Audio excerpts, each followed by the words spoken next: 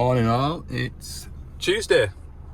As you can see, I'm on this new bypass job. They've tucked us out the road. I'm waiting on a DA30 dump truck. I chanced my arm this morning and they're going to let us have it, which is tremendous. So we'll have a go at that. I'll show you what else to do with it, cabs to come up and everything. I've got a DX27 with a fuel leak and it's to service this afternoon. Just had a customer on the phone with a DL420. It stopped dead, won't move, and he's switched the machine off, gone to restart it and it won't restart. So that might be to call into. He's just phoned us back to say he's found a 10 amp fuse that was blown, and it's just came into my head what'll be the problem with that. It'll be that green plug, you know, that one with the return to dig wouldn't work, and there was that green plug going to the front axle. That's what it'll be, 100%, because he was digging into a face and his wheels will have started to slip, so it'll have engaged the diff lock, and it'll be the diff lock that's controlled by the transmission controller. It will. I've got that 20 tonner, it's down from Aberdeen back into my area, it's to service tomorrow. I need to phone that customer with the 140 for the lock valve. I'll speak to him, make sure I can have that tomorrow. That'll be a nice little day. And Thursday I'm in a quarry down in South Cumbria servicing the 420 CVT. Friday is still available, so yeah, nice little few days work ahead of us, which is nice, not over hectic. So yeah, this fella's gonna fetch a dump truck over. He's gonna have to drive a rock back. There was two rock backs parked up, so does that tell you a story, or does that just mean they've got spare machines sat? I don't know. But yeah, we're just waiting on it. So yeah, I've just seen that dump truck head off down that road with another load. Hey, you see all the way down there, you can see that big, huge crane. Oh, it's huge, like. We might see, while we're working on this dump truck this morning, we might see a big section of bridge go past here. They're only putting bridge sections in. It's, what did he say it was? 60 metre sections heading down here this week. So yeah, I was cultivating a field just behind those trees over there the other weekend, wasn't I? I was.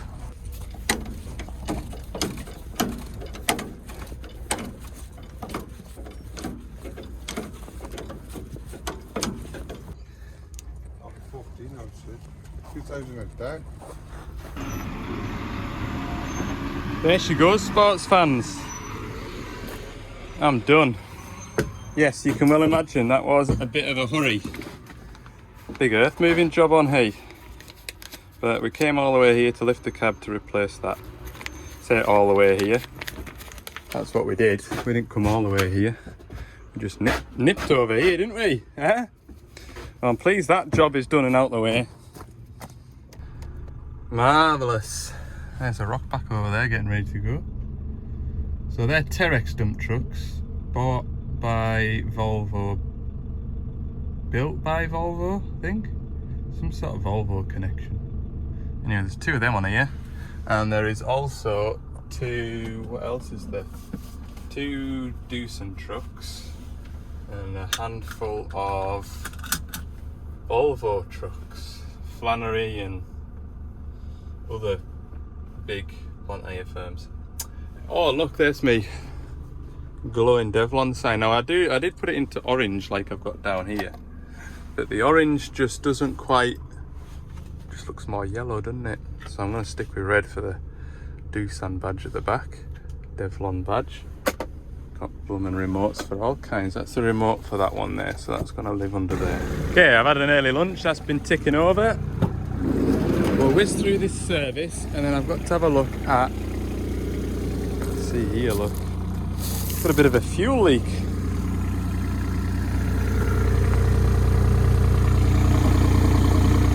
So we'll have a look at that as well. We'll have a look. I think it'll be that doodah going into the tank. I do. When it's got a full tank, that's what I think. I've seen it before in a 27. Maybe a big box. Don't need that. Right, get some gloves on and we'll start taking some covers off. Kind of like a sewing machine. Across the country, and here's plenty. Right. Oh, I hate taking these apart, I really do. Pull this floor mat out of here, look. Try and keep the muck on the mat, and then that saves a job. There we go, see. Pull this out.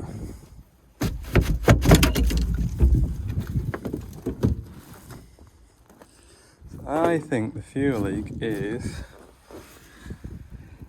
down there. I think. Oh, I hate taking these apart. To get that plate off there, you've got to take that off. And then this off. To take that off. Undo that. Oh, it's like Meccano. It is. Lovely and clean. Dry down here though, isn't it? Yes, it is all. Thanks for agreeing with me. Right, I've got all this stripped off. And the whole thing, the only thing that I can see is damp is this tank level sensor. Oh, it's loose. I haven't just set that up. I've literally taken it all off. I was chatting away at the customer, showed him, oh look, that muck around there is all damp. He says, well, it does seem to be worse when it's just at a full tank. So that'll be it, won't it? I'll get my airline, I'll blow all this crap off here, then I don't put any crap into the tank, and pull that level sensor out and see if there's an O-ring I can change. Right, if there's anybody that's a field service technician, plant fitter, out on the road, and you're on the fence about getting a compressor, just get one. I did 13, 14 years without a compressor, thinking, I've never needed one so far. I'll just make do without. One of the best things I bought last year, that. It's just a rubber gasket, look. Seems fairly intact. I'm just going to clean it up and put it back in. What I'll then do is I'll take maybe that pipe off there and then blow my airline into it and just make sure it doesn't bubble up. Then I'm doubly sure that I've got a watertight, fuel tight tank. Okay, so I have clamped that pipe, taken the return pipe out, put my nozzle into here, put fairy liquid all over that, and I'm actually just blowing the tank up. You see it moving? Set that there like that. So I'm not going to blow the tank up and pop it, but we ain't got no bubbles appearing. I'm just going to spray me in the face with diesel. There we go. Marvellous. Found it, fixed it, buggered off. There we go. Nice little fix. Problem solved. Got all this metal to put back on it now. Ugh. So the thing that I don't miss about working on Doosan coloured bobcats is all of these sorts of fixings. They do a job, and they do a job when you put them together in a factory, because you just chuck them in there and that wobbles about so it lines up, so the holes in the bodywork doesn't have to be absolutely precise. It doesn't have to line up with a threaded hole down here. And I can see why it's done. It's for speed and ease of use. But then they put a little dab of Loctite on these, and when you put them back together, sometimes you can cross thread them very easily, and you don't know whether you're fighting against the Loctite that's on there or whether you're cross threading something. So you just go on ahead and run it down, and then it's only when you come to take it apart next time that you're like, oh yeah, I did cross thread that last time, damn it. And another thing that I really hate is trying to fit this blinking plate in here. You have to slide it underneath the doorway and then over the top of these pipes without pinging them out the little sockets. So they test your patience. You've got to get that to sit underneath there, that's got to sit on top of there, that one's under there, and then that one has to slot between there and there. And you've got to get it over that lip and then back under before you get into that position. It's just very difficult, okay? So here you'll see what I mean, right? These two, grand, that one's fine. This little tinker in here, right? It wants to be up the way, because at the moment this is sat lower than that. The reason that is because it's sat on this tiny little shoulder here, which I think it wants to be. You can't get anything to lever it across. Oh, it does your head in.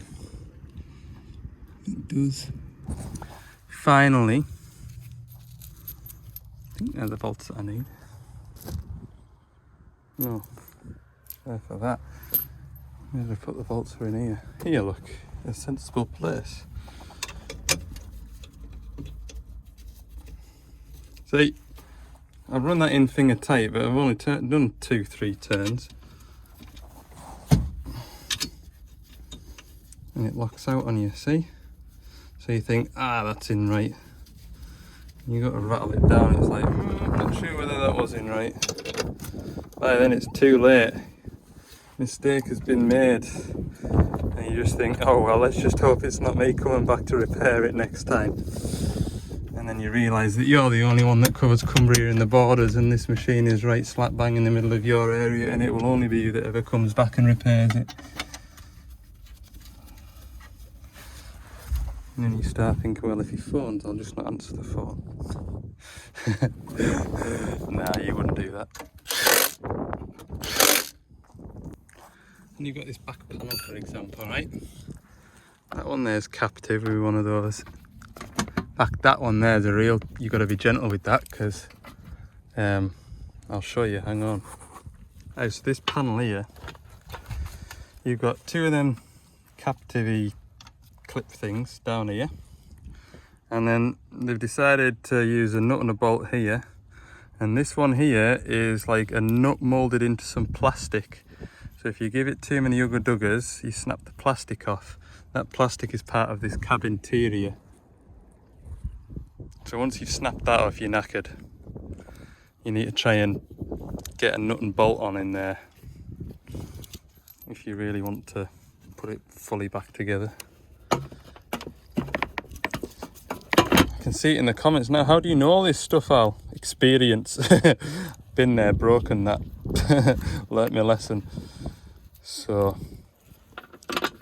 yeah, it's just a funny old thing, like, funny old thing. Right, I'm gonna have 2 hands on this job, then I'll have it back together in 2 seconds. And these captivity ones here at the front would be the worst. Reason being is when these get pulled along in a trailer, see that? That's pretty much locked up on me. You don't know whether to give that a nugger dugger or not, but the reason why these ones are the worst is because when it's pulled along in a trailer, it's normally facing that way. And so this is getting clattered by all the salt spray in the world. I can't get that to go in more than half a turn, but if I just gently... No, that's not going to go in. See what I mean? It's just so irritating. There. Right, I'm going to stop ranting about these. Done. Right, follow my man with the shovel, see if he wants us to nip in. Okay, so this whole thing, blowing fuses for the transmission, apparently. I've got my fuse saver. Now he has unplugged that, and it's blowing fuses. So it can't be the wiring going that way, which is very disappointing. Okay, I'm pretty sure he said it was a transmission fuse. 1, 2, 3, 4 in. 1, 2, 3, 4. 12 volt power socket. It's not that. There we go. 10 amp transmission. It's that one. Well, that's the one that's got loads of discoloration around it. Anyway, there was half a dozen of these fuses. I've replaced that one and that one, and one over here. So I've got my 10 amp fuse in. Let's see.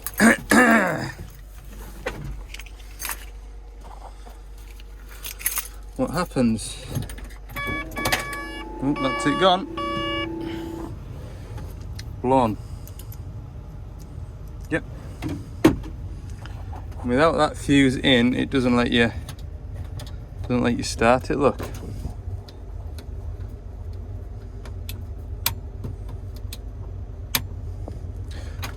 So the machine's dead air.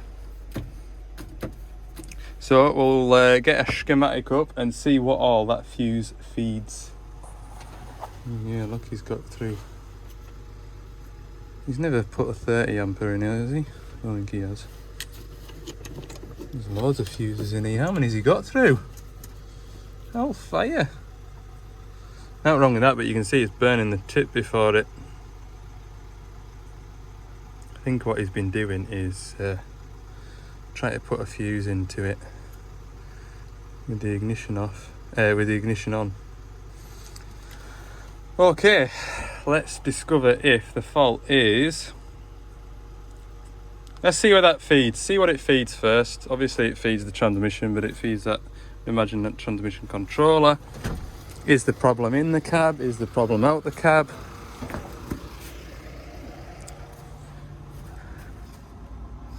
It obviously doesn't go that way, so I'll be able to plug that back in. Of all the bits on the machine, the transmission's the most hiddenest bit. Hiddenest, it's a word, look it up. Well, that's odd. Fuse number 5 there, 10 amp. Goes nowhere. Very strange. Fuse number 5 on this fuse box goes to the power socket up here to the 12 volt power socket. Oh, what is that all about? What is that all about? DL420-3. This is a DL420-3. There's only one serial number variant to look at, not unless there's another page, is there? No. We'll have a look at a 420. We'll have a look at 350. See if that's got a different schematic. Transmission controller disconnected. See if it blows the fuse. Yep. Well, at least the problem isn't in the transmission controller. Still doesn't give me much. I mean, like I say, that fuse could go to a blooming brake light. It could go to this lot, forward and reverse. That'll be controlled by the transmission.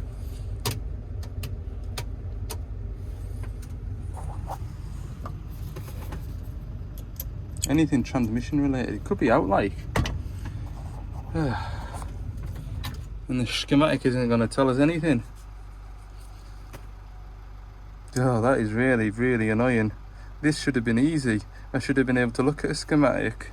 Because quite often, for example, that fuse there, it might say it feeds the beacon, but if you look at a schematic, it'll also feed a, I don't know, interior light as well, or one of those switches up there. It just sort of gives you, it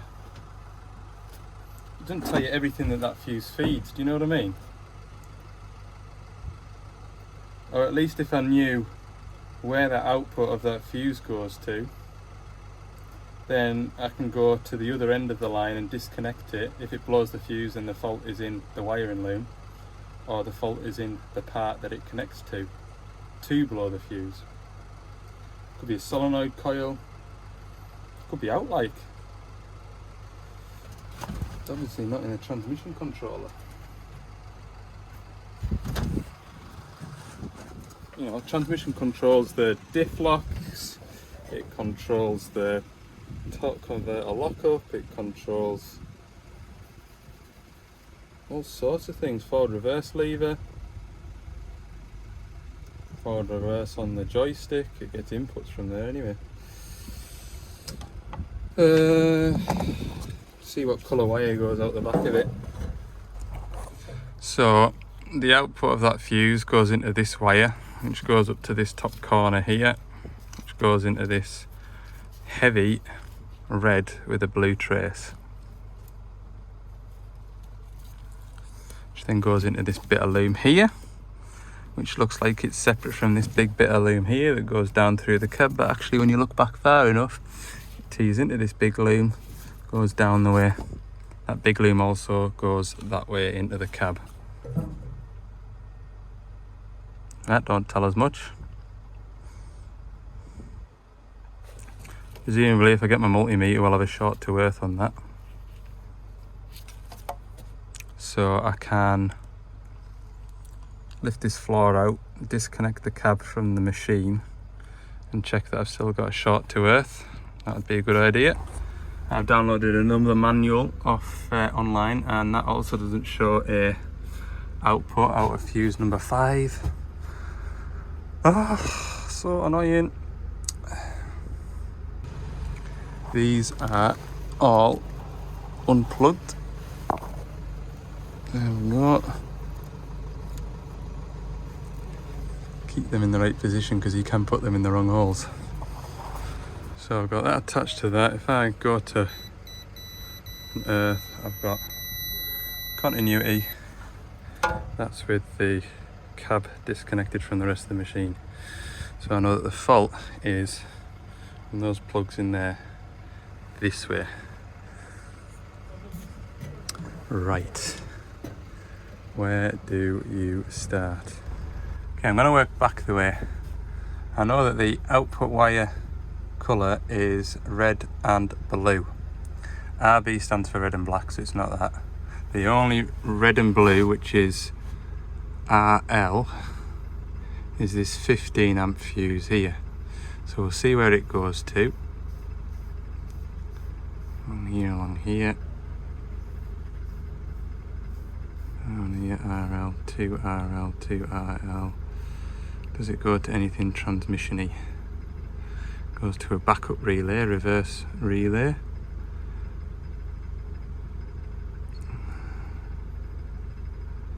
Yeah. Backup relay. Goes to speed sensor. That won't be in the cab, but the backup relay will be. Goes to the transmission controller. It's not that because we've disconnected it. And it goes to presumably the plug on the transmission. It's not that because we've disconnected that. RL goes to forward neutral reverse switch, FNR, and it stops there. So in the cab we know it goes to check connector. Where does it go across here? Look, hang on.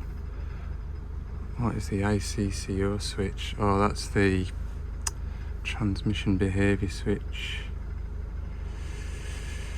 2 lever switch, so the forward reverse switch on the joystick. Diff lock switch, which is on the floor. And diff lock manual switch, which is on the floor. Auto diff lock, which is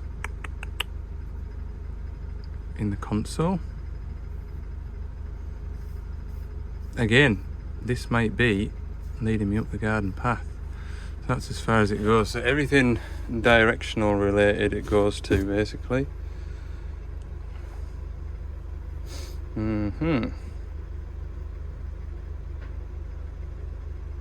Okay, so from paper to in real world it goes to that,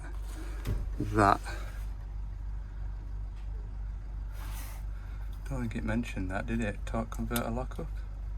I'd imagine it does.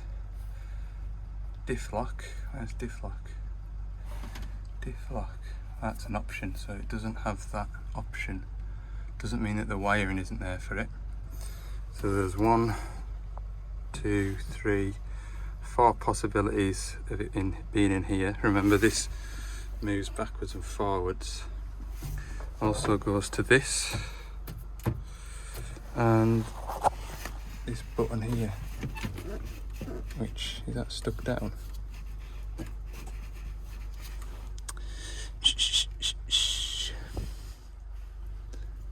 Can I see any chafage? Can't see any chafage down here.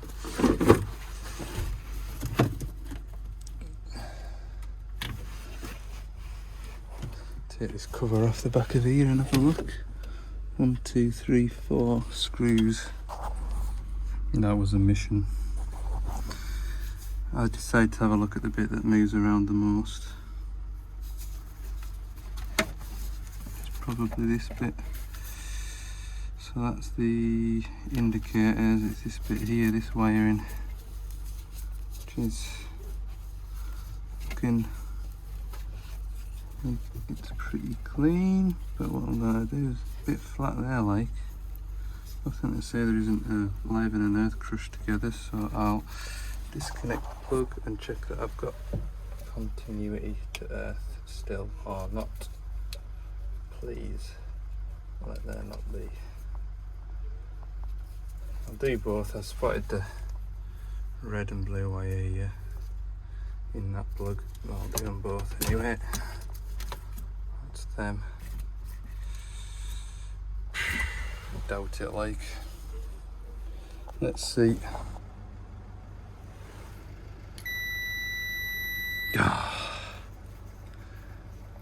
Bloody hell. That was a lot of effort.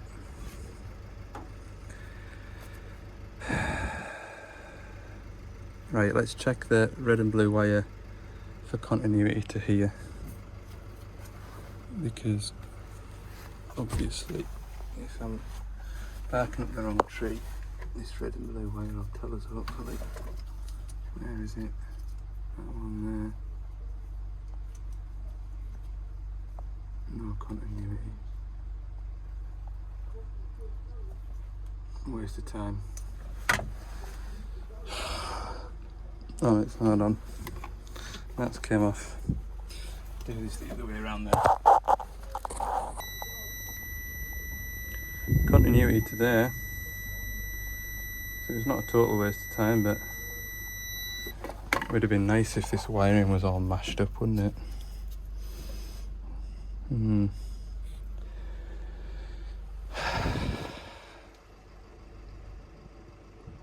This is all one loom as well. There's not like a loom that connects down there that you just unplug and you can tell whether it's behind here or that way.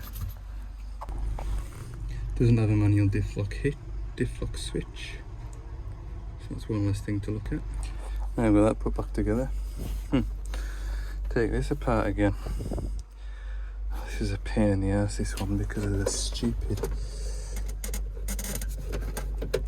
CBE radio doodah down here.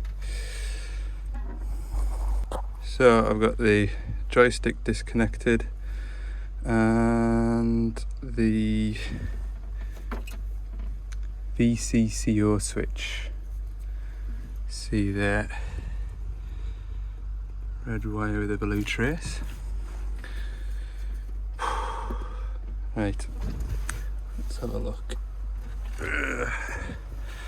Done away with that clippy thing. I've just put a thing into the back of that red plug. Oh, it's one of those two things, look. But it's the joystick then.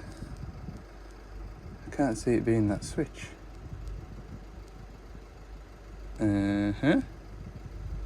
Good news, boys and girls. We found something. Let's plug that in. Easier done with two hands. You'd never have thought it'd be the new joystick that I fitted. That's why I went to that rather than the joystick. New joystick, won't be a problem with that. It's not that switch. So if I plug that joystick back in, we should have a fault again.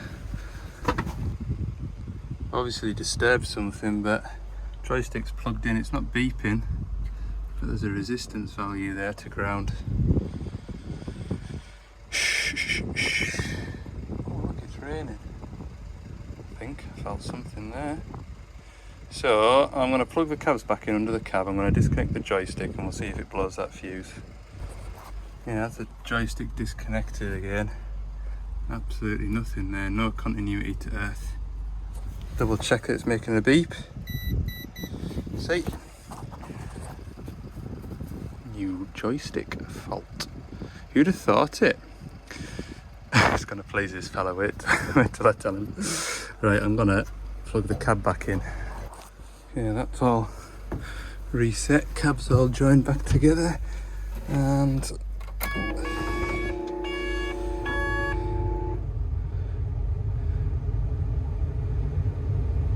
no fault codes for this. Usually puts a fault code on when they don't have that connected, I think, but there you go. I don't know whether that's a lesson in electrical fault finding or not, but we've got to the bottom of it. That joystick shorted out inside.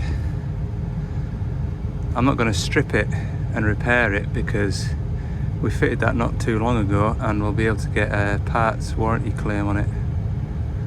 Okay. Well, we've all learnt a lesson today, or I have anyway. Just because it's new doesn't mean it's right. I didn't rule it out but I just put that to the bottom of my checklist because it's new, isn't it? I think the steering wheel was a good starting point. Once we found out, I don't know why that wiring diagram's saying it's a 15 amp fuse and it's in the other fuse box. There you go. I have to remember that about that shovel. I haven't got an accurate wiring diagram for it. Anybody from Doosan watching, look it up. Either that or I'm looking. There's something about that shovel tells me it's on the cusp, it's on the borderline between a -3 and a -5. Something about that shovel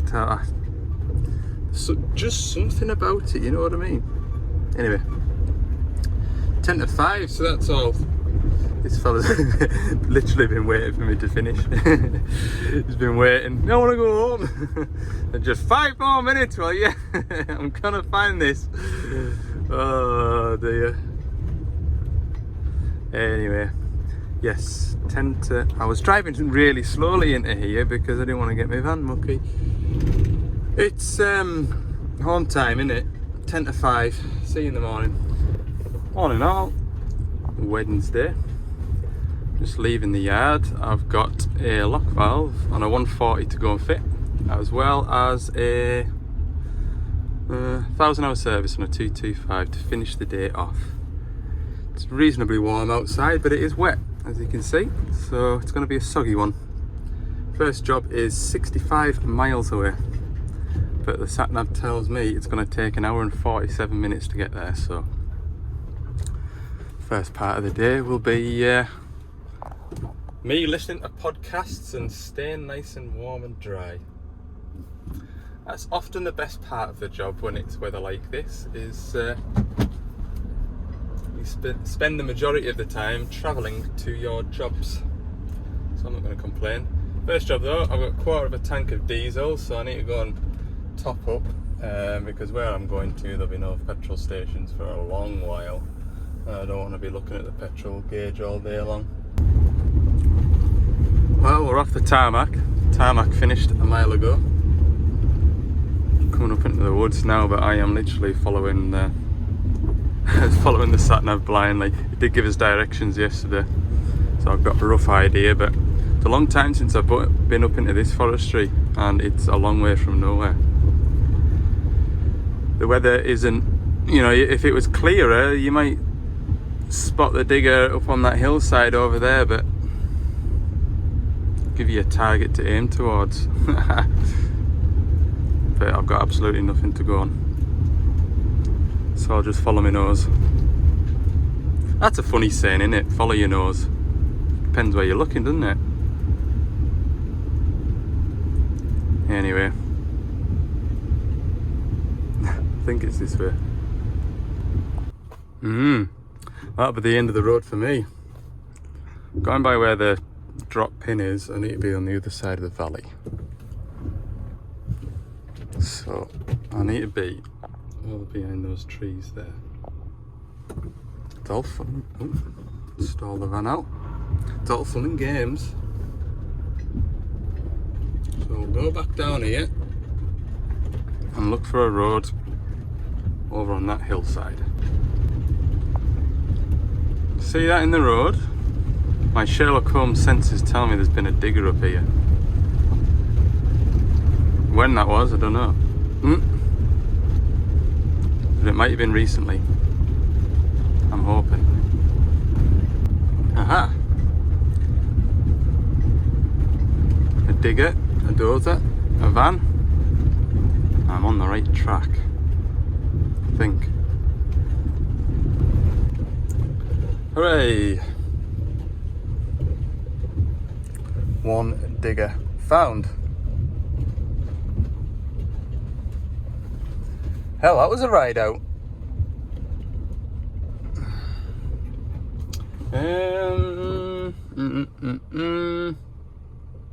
Oh, there. I think he's done that on purpose. Look, I want to change that lock valve there, and they're big bags of stone. Look, so that might just work a treat for me. I wouldn't really want to get out the van though. Can we do it via Bluetooth? Magic of YouTube. There we go. Job complete. Put that lock valve on that digger. Didn't get wet in the process, which was a bonus. That would be nice, wouldn't it? Okie dokie, let's go. Suited and booted. First job to do is, when we're doing anything with hydraulics, take the air out of the tank. That's how I feel when I wake up in the morning sometimes. There we go. No air left there. Next, jump in the cab. Well, turn the ignition on. Radio's probably going to come on if it's got a radio signal. We just want to wobble all the joystick levers. Make sure there is no pressure left in the pilot circuit. Good. The reason why we don't want any pressure in the pilot circuit, I'll show you. We don't want any pressure in the tank line because if there's pressure in the tank, it's going to push any hydraulic oil up through this T for tank, so that's going to dribble all day long. We want rid of all the pilot pressure because this is pilot operated, so we want all the oil to dissipate out of here, but also down at the valve chest we want the spool down there to move backwards and forwards to equalize the oil pressure on this side of the ram and that side of the ram, so when we take this off it's not going to go bang in my face. Next job we need to do is take that lock nut off there, and we need to screw the Allen key all the way until it dead ends, and that lets the oil out of the ram and back up that pipe there. Probably should have done it the other way around because the oil that's in there has got nowhere else to go, but there should be a bit of space in that pipe to let the pressure. Should have done that the other way around, but it'll be fine, I promise you. I've screwed that all the way in basically. I'll show you what it looks like.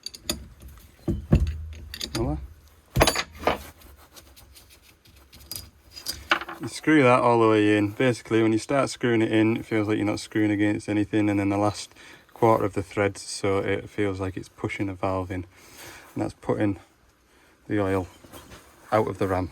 Okay, so we've done that. Next job, I'm going to keep you nice and dry. We'll set you up on a time lapse and I'll whiz up there. Now we're just going to do a quick risk assessment. When we're climbing up onto these bags, we need to watch our footing, that we don't get a foot caught in a loop or anything like that, so we don't tumble and fall. But yeah, yeah, we'll be all right.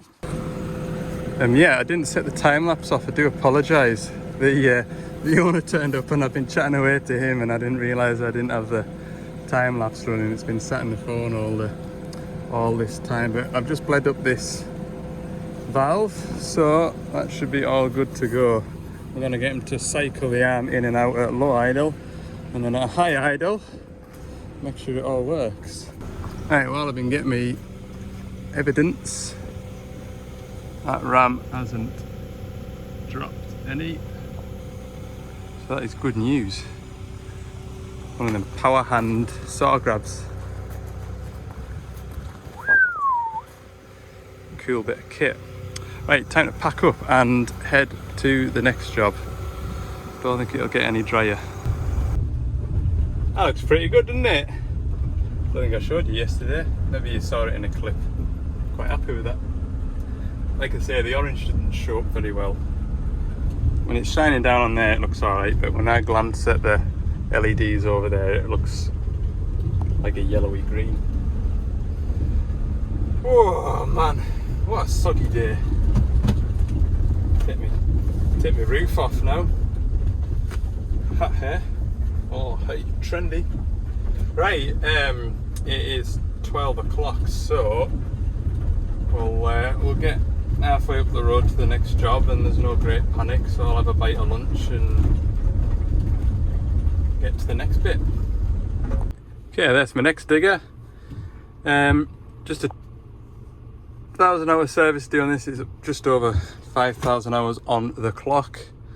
I'm grabbing this digger while it's here because it's came from all the way up north, top side of Aberdeen. It's come down here to this blacksmith here to get some fab work done to it, and it's away to another job tomorrow, hence why I'm here today. So I've just got it set running because it didn't look like it had been running today, or it's cold, so I've got the travel motors lined up. I just need to find somewhere to park the van where I'm not going to be in and out of it in a wet, dirty boiler suit, moving it for people. That is the skill. Not sure where I'm going to put it yet, because around this corner there's a yard with a forklift moving about in it, and presumably it's going to be wanting in there. You just never know. Okay, so that's the first thing to upset me about this machine. The worst thing is I need this middle plate off, so I have to take that one off or that one off to get this middle one off. To be fair, slew gearboxes to do, so I need to take that back one off anyway. That's upsetting. Never mind.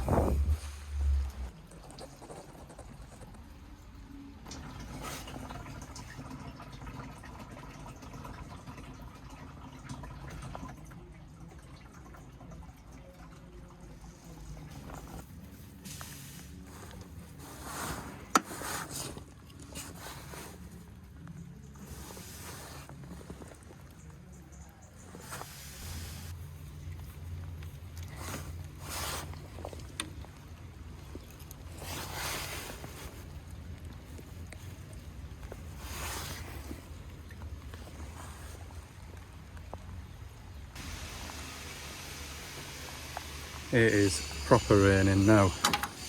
Not just a light mizzle where you don't mind it because you don't notice your cell getting wet. Now you do know. Just doing this fuel filter, but it's tight. Just looking at this fuel filter bone, I thought that looks a bit manky there. Not too bad though, because as you can see, that stuff there is on the outside. And I just turned around and glanced. Look at that! There's my finger for scale. There. That's why we change filters, kids.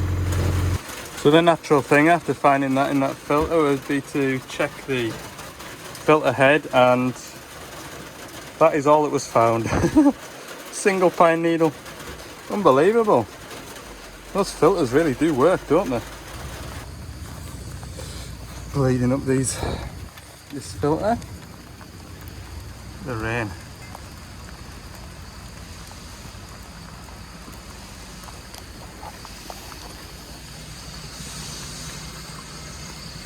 Keep smiling.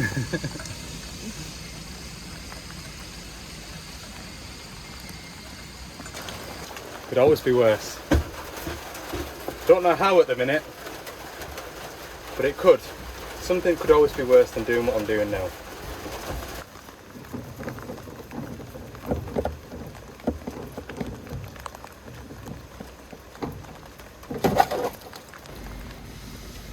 I wonder what that building was 80 odd years ago.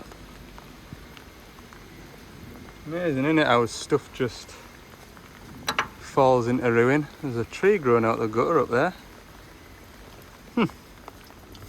Anyway. Wow, that hydraulic oil's gay black like. It really is. Right, that's me finished, and that's the owner here to put it up onto my wagon, so just in the nick of time, I'd say. Happy days, right. Get all my gear tidied up and we'll see it in the warm and dry. So I've nipped out round the corner. And what I'm going to do now, I'm going to do my paperwork. If I do it now, then it's not a job to do later, isn't it? Somebody mentioned about my big collection of pens under here. Yes, I do have a big collection of pens. I had a lot more pens in there, but when I was up at Dumfries, one of the lads asked me if I had a pen. I said I've got several pens, I have two. I can afford to give them away, you see. Never have too many